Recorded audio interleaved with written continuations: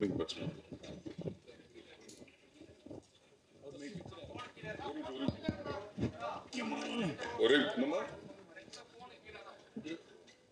Sir. Hero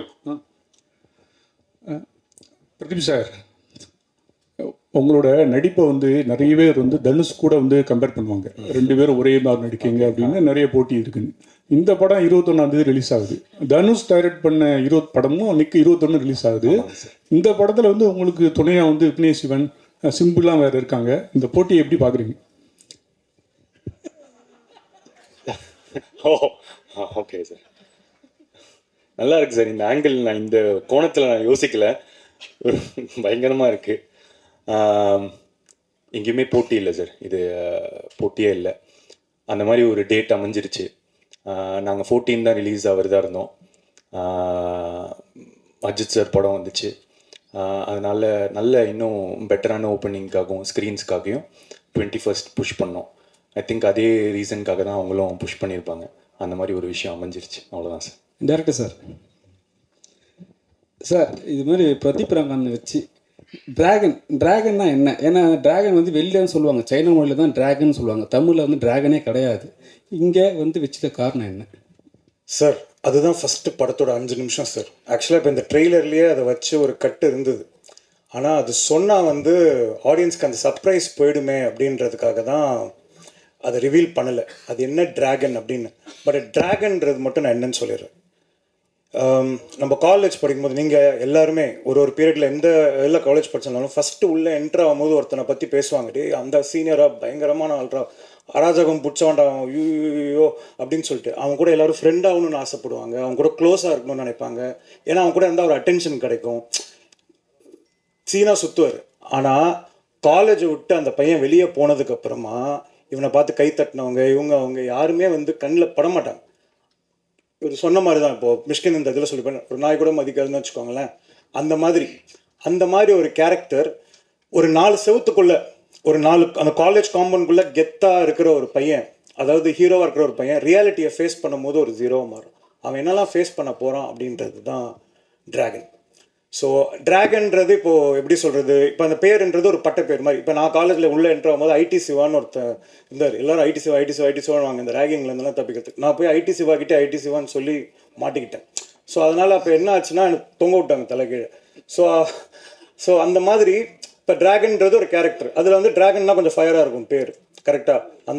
அந்த பேருக்கும் ஒரு காரணம் இருக்குது. அது ரொம்ப சர்ப்ரைஸ் அழகாக இருக்கும், நீங்கள் பாருங்கள். அதே சைக்கலாஜிக்கலாக அந்த கேரக்டர் ஏன் அப்படி உருவாரான்றதும் படத்தில் இருக்குது. நீங்கள் ஓமை கடவுளை உங்களுக்கு பார்த்து உங்களுக்கு அது பிடிச்சிருந்ததுன்னா அதில் இருக்கிற இது இந்த படத்தில் ரொம்ப ஸ்ட்ராங்காக இருக்கும். ரொம்ப ஒரு அழகான ஒரு இதோட வரும்.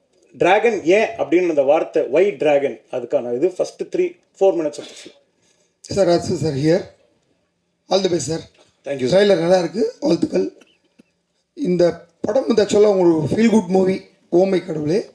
இந்த படம் டேக்அவே என்னவாக இருக்கும் சார்? ஒரு ஸ்டூடெண்ட்டோட ஃபெயிலியரை காட்டுறோமா இல்லை சக்ஸஸை காட்டுறோமா? என்ன மாதிரியான இது? சக்ஸஸ் பற்றி பேசுகிறோம் சார் இந்த படத்தில். சக்ஸஸ்னால் என்னன்னு பேசுகிறோம்.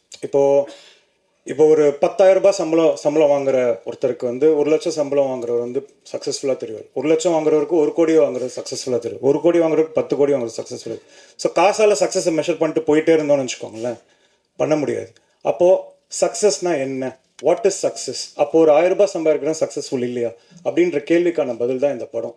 நீங்கள் 1000 ரூபாய் சம்பாதிச்சாலும் 10,000 ரூபாய் சம்பாதிச்சாலும் அதை நேர்மையாக சம்பாதிச்சு அதை உங்களை சுற்றி இருக்கவங்களையும் உங்களையும் நல்லா பார்த்துட்டு சந்தோஷமாக இருந்தீங்கன்னா சக்ஸஸ்ஃபுல் அப்படின்ற பேசுகிற ஒரு படம் தான் ட்ராகன். இது that's why it's a very family entertainer, because it talks about family and the importance of family. Thank you. ஒரு நிமிஷம் ரங்கநாதன் எங்கள் அப்பா பேர் சார், பிரதீப் என் பேர். பிரதீப் சார். பிரதீப் சார் ஒரு கேள்வி. இப்போது நீங்கள் லவ் டுடே படம் கொடுத்தீங்க, பெரிய சக்ஸஸ் ஹீரோவாக நடித்தீங்க. பட் பெரிய சக்ஸஸ் கொடுத்த நீங்கள் தொடர்ச்சியாக ஹீரோவாக நடிக்க போகிறீங்களா இல்லை படங்கள் டைரக்ட் பண்ண போகிறீங்களா? எந்த முடிவு எடுத்திருக்கீங்க அது சொல்லுங்கள். இப்போதைக்கு 3 படம் நடிச்சிட்ருக்கேன் சார். அந்த 3 படம் முடியும் போது அந்த டைமில் என்ன தோணுதோ, நான் அப்பப்போ என்ன தோணுதோ அதை தான் பண்ணிகிட்ருக்கேன். ஷார்ட் ஃபிலிம்ஸ் பண்ணி ஐடியில் இருந்தேன், அப்புறம் ஷார்ட் ஃபிலிம்ஸ் பண்ணிகிட்டு இருந்தேன். டைரக்ட் பண்ணணுன்னு ஆசைப்பட்டேன், டைரக்ட் பண்ணேன். நடிக்கணும்னு ஆசைப்பட்டேன், நடித்தேன். இப்போதைக்கு 3 படம் நடிக்கிறேன். அந்த டைமில் தான் டெசிஷன். ஐ திங்க் நடிக்கிறது கன்டினியூ பண்ணணும்னு நினைக்கிறேன். டைரக்ஷனும் அப்பப்போ ஒரு கதை பண்ணுறதுக்கு கொஞ்சம் டைம் ஆகுது, 2 வருஷம் அந்த மாதிரி எழுதுறதுக்கு டைம் ஆகுது. ஸோ அதனால் இதையும் யூஸ் பண்ணிக்கிறேன். நான் டைரக்ட் பண்ணும் போது ஒரு 3 வருஷத்துக்கு ஒரு தடவை டைரக்ட் பண்ணேன்னா அதுக்கு நடுவில் நான் நடிச்சிட்டு இருப்பேன். சார், இந்த சிம்பு பாட்டு ஐடியா கொடுத்தது நீங்களா டைரக்டரா சார்? சிம்பு பாடிட்டு என்ன சொன்னார் சார்? அது கொஞ்சம் எக்ஸாக்டாக ஞாபகம் இல்லை எனக்கு. வரிகள் தான், டைரக்டர் தான் சிம்பு சார் பாடினா நல்லா இருக்கும்னு இந்த ஐடியா கொடுத்தது சார், அவர் பாட வைக்கணும். அதுதான், அது டைரக்டர் தான் நினைக்கிறேன் சார். நீங்கள் ஆமாம், பாட்டு வரிகளுக்கு இன்ட்ரெஸ்டிங்கான ஒரு விஷயம் இருக்குது சார். ஃபஸ்ட்டு அந்த ஏண்டி விட்டு போன லிரிக்ஸ் சொன்னது என்னோட டிரைவர் மணி. அவர் தான் வந்துட்டு இப்போ ஒரு நார்மலான ஒருத்தர் வந்து அந்த ஒரு டிஸ்கஷனில் இருக்கும்போது என் டிரைவர் எப்பவுமே கூட பக்கத்துலேயே வச்சுப்பேன். ஏன்னா ஒரு கதை சொல்லி பார்க்கும்போது அவருக்கு போய் சேர்ந்ததுன்னா அவருக்கும் எல்லாருக்கும் பிடிக்கும் அப்படின்ற ஒரு நம்பிக்கை எனக்கு. ஸோ என் டிரைவர் வந்து என் கூடயே தான் இருப்பார் அவர் மணின்னு சொல்லிட்டு. ஸோ ஏண்டி விட்டு போன அப்படின்றது எப்படி வந்துச்சுன்னா, ஒரு பொண்ணு ஒரு பையனை விட்டு போயிடுறா. ஸோ என்னவா இருக்கலாம்னும் போது பிரிந்தாய் அன்பே அது இதுன்ட்டு வந்துட்டு இருந்தது. டிராகன் வந்து ஒரு சாதாரண பையன், ஜாலியான பையன், ஒரு பொண்ணு விட்டு போகிறான்னா என்னடா கேட்பான் அப்படின்னு பேசிகிட்டு இருக்கும்போது, நான் என்னால் ஒரு பொண்ணு விட்டு போனால் ஏண்டி என்னை விட்டு போனேன் அப்படின்னு கேட்பேன். அப்படி வந்தது தான் ஏண்டி விட்டு போனேன். ஸோ அவர் ஃபஸ்ட்டு நான் அமிச்சும் போது, அஸ்வத் நான் இதெல்லாம் பாட மாட்டேன் சார், பிரேக்கப் சாங்லாம் நான் பாட மாட்டேன் அப்படின்னு சொல்லி சொன்னார். சார் நீங்கள் ஒரு வாட்டி கேளுங்க, உங்களுக்கு பாட்டு பிடிக்கும்னு நம்புகிறேன், நீங்கள் பிடிச்சா பாடுங்க அப்படின்னு சொல்லிட்டு அமிச்சோம். அவருக்கு அமிச்சதுக்கப்புறம் அவருக்கு ரொம்ப பிடிச்சிருந்தது. Purely based on merit of the song. அந்த பாட்டு அவருக்கு ரொம்ப பிடிச்சதுனால பாடினார். இல்லை சார், அது அஸ்வத் சார், Ashwat ji, உங்களுக்கு 2 questions, one for you and one for the producer. உங்களுக்கு to the first question, அந்த கதறங்கிறது வந்து work big time. Thank you sir. How did that happen? One to the producer ma'am. அதுக்கு வந்து நீங்க one of your tweets வந்து it mentioned that what all these people do when I'm not in office, and அதுக்கப்புறமா வந்து these people went abroad and then you had a song that was shot in several European countries. So were you not aware of it? And what made you put those statements? First of all, காசு போட்டு அமிச்சது producer தான். அவங்க காசு கொடுத்தாதான் போக முடியும். Second வந்துட்டு அங்கே போனதுக்கப்புறமா ஆக்சுவலாக it was an idea of Pradeep to bro, இங்கே இவ்வளோ தூரம் ஃபாரின் வந்திருக்கோம், நம்ம ஏன் ஒரு ப்ரோமோ வீடியோ பண்ணக்கூடாதுன்னு சொல்லிட்டு இது. ஸோ நான் ரொம்ப பிஸியாக இருந்தேன் ஷூட்டிங்கில் சாங். ஏன்னா நிறைய கண்ட்ரிஸ் ட்ராவல் பண்ணுறோம், we have to capture the entire இது, டைமிங் பேஸ் பண்ணி ஷூட் பண்ணணும் அப்படின்னு. அதுக்கு நடுவில் சின்ஸ் பிரதீப் சொன்னதுனால எனக்கு அது ஒரு வேலிடாக பட்டுச்சு அந்த இது. ஸோ அந்த இதில் வந்து சரி ஓகே அப்படியே சேர்ந்து பண்ணலாம் அப்படின்னு சொல்லிட்டு அப்படியே ஆரம்பித்தது தான். ஸோ அது என்ன ஆச்சுன்னா அதை எக்ஸாக்டாக அப்படியே சொல்கிறோம். ஸோ இந்த மாதிரி கான்செப்ட் ஒன்று பண்ணிட்டோம். So Pradeep's idea was to like இந்த மாதிரி நம்ம ஏன் இதுக்கு அனுப்பக்கூடாது, நம்ம ஏன் ஃபாரின் அப்படின்ற அந்த இது வந்துட்டு. அப்போ வந்து என்ன ஆச்சுன்னா ட்ரெயினில் போயிட்டுருக்கோம். ஸோ ட்ரெயினில் போயிட்டு இருக்கும்போது ஷூட் பண்ணிட்டு போயிட்டுருக்கோம். ஸோ திரும்பி வரணும் இல்லையா, அப்போ சும்மா இருக்கும்போது வந்துட்டு இருக்கும்போது நான் அவனை பார்த்து இந்த டைலாக் இந்த மாதிரி ஒரு கான்செப்ட் இப்படி பேசிக்கலாம் அப்படின்னு சொல்லும்போது நான் கொஞ்சம் ஃபயராக நானா அப்படி இது கதற அப்படின்னு சொல்லிட்டேன். சொன்னதுக்கப்புறம் அவன் சிரிக்க ஆரம்பிச்சிட்டான். ஏன்டா சிரிக்கிற அப்படின்னு சொல்லும் போது அதை அப்படியே எடுத்து வச்சாச்சு, அவ்வளோதானே தவிர it was not like plant. அது ஒரு பேசிகிட்டு இருக்கும்போது ஒரு ஃப்ளோவில் வந்தது.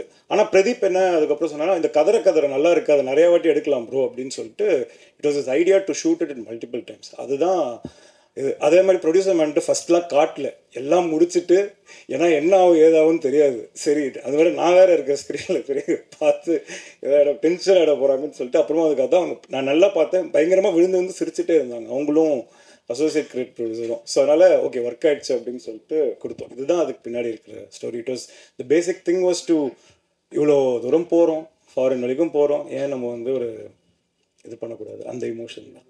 டைரக்ட் சார் ஒரு நிமிஷம் அர்ச்சனா மணி, சும்மா ஃபன்னான ட்வீட் தான். ஏன்னா அவங்க 2 பேரும் எப்போவுமே ஏதாவது செட்டில் வந்து ஒரு ஜாலியாக இருக்கும் இது. And plus I was not there during the shoot. So I thought okay சும்மா ஒன்று போடலாம் அப்படின்னு. No intention otherwise. ஆக்சுவலி இவங்க வந்து வெளில தான் யங் அண்ட் ஃபன் டீம் மாதிரி இருக்கும். ஆனால் literally everyday was extended call sheet.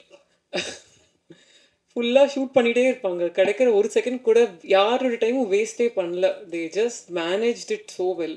So sir Pradeep sir, sir பார்க்கறதுக்கு தனுஷ் சார் மாதிரி அழகாக இருக்கீங்க, வாழ்த்துக்கள் சார். இங்கே சார். அப்புறம் உங்களோட ஆக்டிங்லாம் வேறு லெவலில் இருக்குது. உங்களோட டைலாக் மாடுலேஷன் வந்து எஸ் சூர்யா சார் மாதிரி நடிப்பு அரக்கன் மாதிரி இருக்குது. வரக்கூடிய படங்களில் உங்களுடைய மாடுலேஷன் விஜய் சார் மாதிரி அஜித் சார் மாதிரி மாற வாய்ப்பு இருக்கா சார்?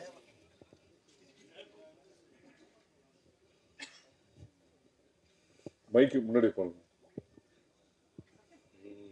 டைரக்ட் சார், இது வந்து இந்த ஷேப் ஷிஃப்டர்ஸ்ன்னு சொல்லுவாங்க. ஆனால் தமிழில் கரெக்டான ஒரு வார்த்தை நீங்கள் கேட்குறது வந்து இப்போது அப்படி இப்படி மாறிட்டு இருக்குமான்ற மாதிரி. என்னென்னா இப்போது நான் டைரக்ட் பண்ணி ஆக்ட் பண்ணும் போது ஒரு விதமாக நடித்தேன். உத்தமன் பிரதீப் அப்படின்ற ஒரு கேரக்டர், கொஞ்சம் எக்ஸென்ட்ரிக்கான கேரக்டர் அப்படி இருந்துச்சு.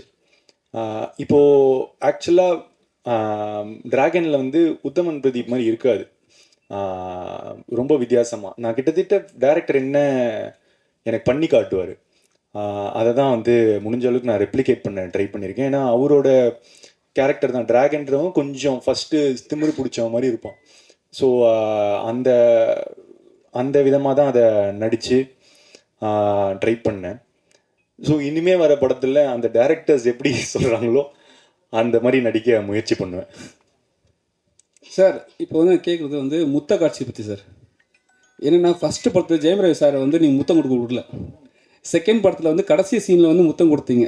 இப்போ இந்த படத்தில் வந்து 2 டீம் வந்து முத்தம் கொடுத்துட்டீங்க. அது டேரக்டர் வச்சாரா இல்லை நீங்களா ஃபிக்ஸ் பண்ணீங்களா?